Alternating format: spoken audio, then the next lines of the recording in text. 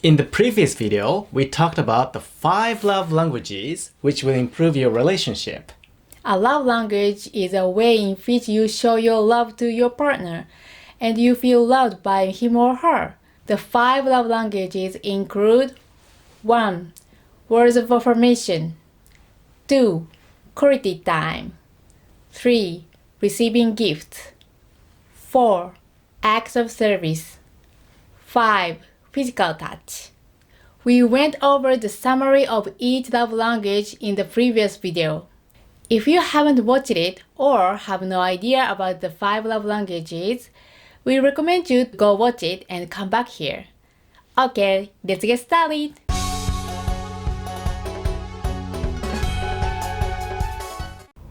Hi, this is Shinya. And Saya with Relationship Love from Japan. We share tips to build a long-term relationship with your partner and the cultural differences in relationships between Japan and other countries. In this video, we will talk about our primary love languages and how we apply them to our relationships. Before we start talking about ours, let us ask some more tips about the 5 love languages. After watching a previous video, you might have thought this way. Wait, I like all of the 5 love languages. I like receiving verbal compliments and I want to spend time with my partner. I will be happy if he gives me a gift. Also, I want him to do the housework. If he didn't touch me for a long time, I will be sad. I want everything. Of course you do! Discovering your primary love language doesn't mean you're not happy with the other love languages. In fact, every love language will make you feel loved. You don't have to decide on one primary love language. You also don't have to stick to it. You may have 2 primary love languages. And some people say that their primary love languages have changed over time. Discovering you and your partner's primary love languages is a way to feel loved by each other more effectively.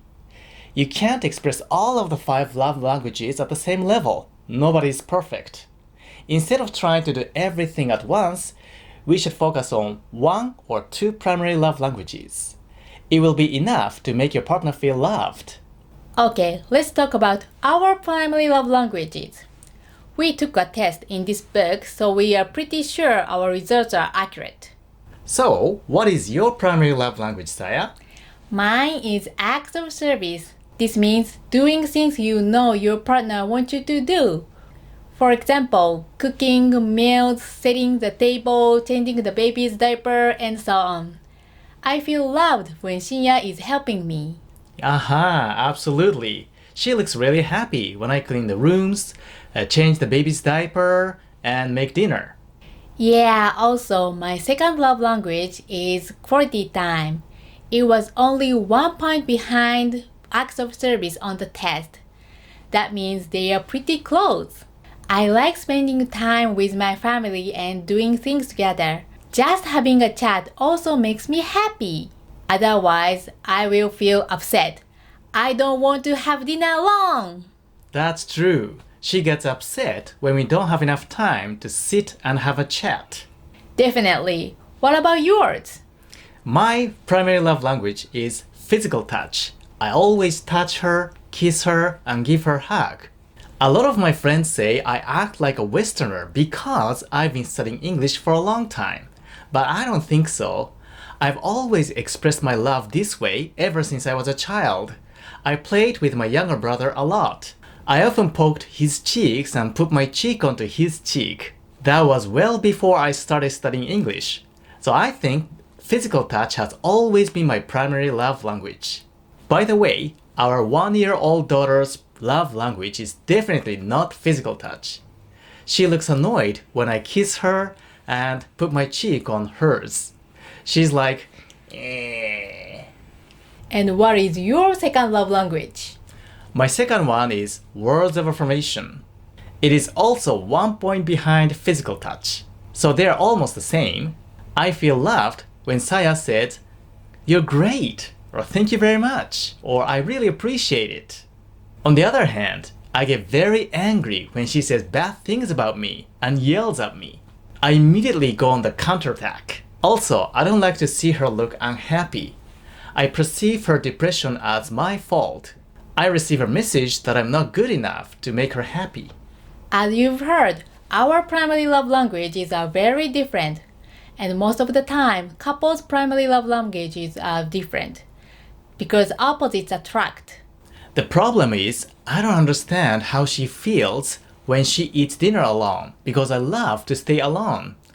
I like freedom. I want to decide when I eat and what I eat.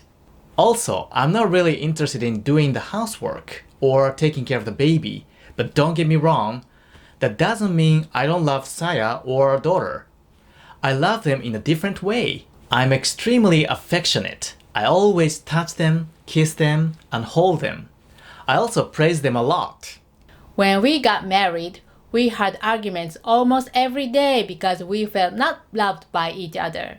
I didn't understand why she got so angry when I forgot to do the chores. I didn't understand why he yelled at me when I pointed out his mistakes when cooking and doing chores. We kept arguing for the first few years of our marriage. Even though we had studied relationship psychology, we couldn't avoid arguments. Then we found a life-changing book, The 5 Love Languages. We took the test and talked a lot about our love languages. We finally understood why we got so upset about the seemingly small stuff. It wasn't small stuff for either of us. What I thought was small stuff was big stuff for her, and vice versa. After discovering our first and second love languages, we started to remind each other of our love languages. For example, we take walks together on Sundays. I usually walk fast and leave her behind. I'm not good at adjusting my pace to other people. She always says to me, "Do you remember my love language?" "Of course, quality time." "This is quality time! Don't leave me alone!" "Oh, I'm so sorry, I forgot." Now I know when and why I feel insecure, and I can tell him what I want him to do exactly. And I know why she feels not loved and what I should do. When he fills my love tank with my love language, I give him back my love in his love language. For example, when he does the chores, I give him a hug, kiss him, and even put my cheek on his cheek. He looks very happy. It motivates me to do other chores to get more love from her. That's how we apply the love language method to our relationships. I hope this will help. Okay, that's it. What do you think your primary love language is? Do you have any episodes about the love languages? Let us know in the comment section below. And if you like this video, don't forget to hit the like button and subscribe to our channel. Thank you for watching, and we'll see you soon!